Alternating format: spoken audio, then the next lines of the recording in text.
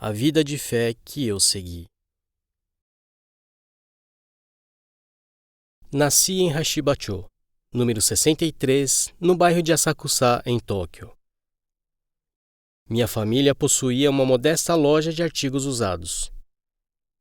Meu pai se chamava Kisaburo Okada e eu sou seu segundo filho homem. Meu pai me educou com amor, apesar de nossa família viver em extrema pobreza. Como poderia explicar isso? Desde meu nascimento, eu fui sempre muito fraco e doente. Apesar de minha fraqueza, eu sempre nutri um sonho vago, um anseio por algo distante, muito distante. Isso me levou a gostar de pintar, e quando completei o ensino fundamental aos 15 ou 16 anos, entrei em um programa preparatório de uma escola de belas artes. O que devo dizer? Eu nasci sem sorte mesmo. Logo após entrar nesse programa preparatório, fui acometido de uma doença ocular. Essa doença foi particularmente cruel e persistente, a ponto de eu ter que abandonar o sonho de me tornar um pintor, algo que empolgava o meu coração de jovem rapaz. Naquela ocasião, meu coração mergulhou em trevas tão profundas que eu me sentia como se estivesse caindo de cabeça, com os pés amarrados em um abismo sem fundo. Desespero. Desespero! Foi um total desespero. Eu fiquei em profundo desespero, sem qualquer esperança. Assim que eu aparentei ter me recuperado da doença ocular, contraí pleurisia.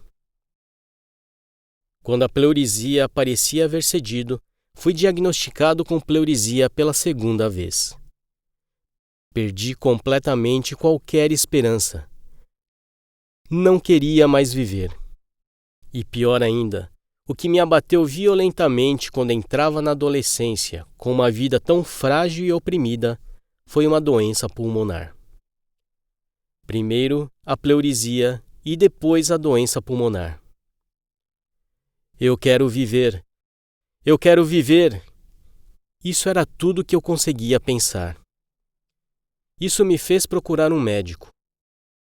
Meu coração já sofria pela pobreza de meus pais e, além disso, me foram receitados medicamentos caros. Eu chorava e chorava. As lágrimas inundavam o meu coração e eu não conseguia contê-las. Como me sentia infeliz, eu que havia sido esquecido por Deus. Apesar de ter sido diagnosticado pelo Dr. Irisawa, uma autoridade médica na época, era tarde demais. Já não havia possibilidade de cura da minha doença pulmonar. Rapaz, você precisa desistir. O médico não disse essas palavras literalmente, mas eu sabia muito bem e pensava comigo mesmo. Minha única esperança de sobreviver é um milagre.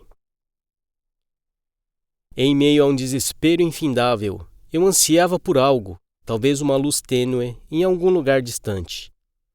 Meu coração inconscientemente buscava algo. Isso me fez abandonar todos os medicamentos, assim como o consumo de carne que meu médico recomendara. Eu iniciei uma dieta estritamente vegetariana e deixei minha doença seguir o seu curso. A partir de então, estranha e misteriosamente, dia após dia, minha saúde começou a melhorar, e em pouco tempo, a doença que havia me causado tanto sofrimento desapareceu por completo.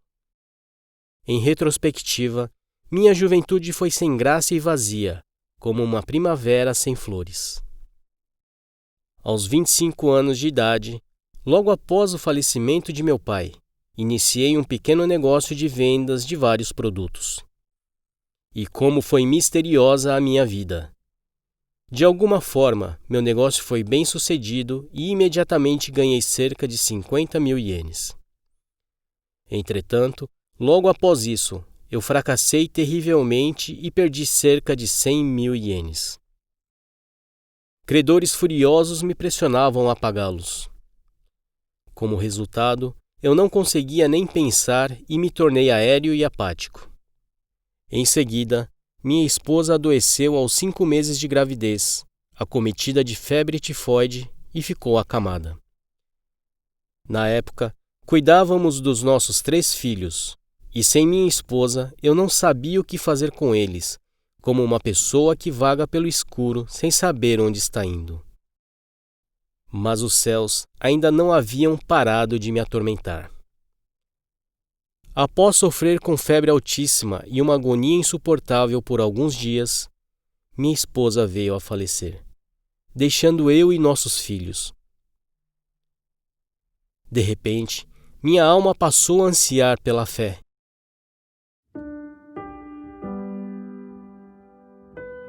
Fé.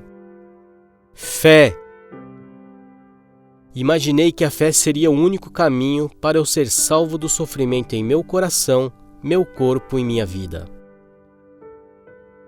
A dura realidade da vida havia cercado o meu coração profundamente, muito profundamente, como uma espessa parede de gelo. Eu queria ao menos olhar para a luz confortadora da fé em algum lugar no céu. Isso, por si só, aliviou minha alma, que chorava de tristeza e dor, com 3 filhos ao meu lado, que choravam cada vez mais com saudades da mãe. Um conhecido me disse na época: "Você está em busca de fé? Então eu recomendo a Tenrikyo." No entanto, meu coração não havia sido atraído por ela. Havia um parente meu que era monge do budismo Nichiren, responsável por um templo em Monte Minobu. Sempre que vinha a Tóquio, ele ficava em minha casa. Esse parente me aconselhou a iniciar uma nova vida, abraçando uma alma gloriosa, começando uma nova etapa como seguidor de Nichiren. Apesar desses conselhos, eu não sentia vontade de seguir nenhuma das religiões estabelecidas. Como meu coração sofria! Desejava muito ter uma religião, uma fé. Tanto que enquanto com uma mão eu segurava firme os meus filhos, com a outra, completamente estendida, eu buscava algo ansiosamente. Apesar disso, nenhuma das religiões parecia trazer-me a salvação. Meu coração vagava por um vasto e infindável deserto. Tendo dito isso, na realidade, eu não poderia criar meus filhos sozinho, enquanto paralelamente administrava meu negócio. Sendo assim, casei-me com Yoshi, minha segunda esposa. Ela engravidou imediatamente, cerca de 6 meses após nosso casamento. Porém, aos 5 meses de gravidez, ela contraiu tuberculose. Assim, ao invés dela cuidar dos filhos, eu precisei cuidar de toda a família. A dificuldade financeira, o impacto psicológico, o desmoronamento de minha família. Eu perdi completamente a esperança de minha vida melhorar. Pensava até mesmo que não havia ninguém mais infeliz do que eu em todo o mundo. Nunca esquecerei isso. Tudo isso aconteceu em 1920. Naquela época, eu vi uma propaganda no jornal e comprei um livro intitulado Avaliando a Omoto. Em busca da fé, meu coração procurava ansiosamente uma corda em que eu pudesse me segurar. Esse coração tentava compreender a verdadeira identidade dessa nova religião chamada Omoto. E então, eu me senti atraído por alguma coisa. Cada letra, cada frase, cada página. Não tenho como enumerar tudo em detalhe, mas alguma coisa, alguma força inexplicável tomou conta do meu coração e me atraiu. Algum tempo depois, tomei conhecimento através de um artigo no jornal que a Omoto havia organizado uma palestra em Kanda. Assim, fui assistir a essa palestra. Acredito que o nome do palestrante era Toru Yoshihara. Então, com cada palavra que o Sr. Yoshihara dizia, e à medida em que essas palavras se juntavam, eu pensei: tem que ser a Omoto. A fé que vim buscando por tanto tempo só pode ser a Omoto. A Omoto me salvará. Eu ouvi essas vozes claramente atingindo o meu coração. Como minha mente se iluminou no momento em que percebi que realmente eu seria salvo. Nessa época, além de eu estar sendo processado por fraude, eu era réu em outros 7 ou 8 casos judiciais. Oficiais de justiça estavam constantemente fazendo buscas em minha casa. Eu vivia num estado infernal. Porém, como alguém cuja alma havia sido salva, nada podia me subjugar. Desse modo, eu deixei os casos judiciais para os advogados e corri para Ayabe, onde ficava a sede da Omoto.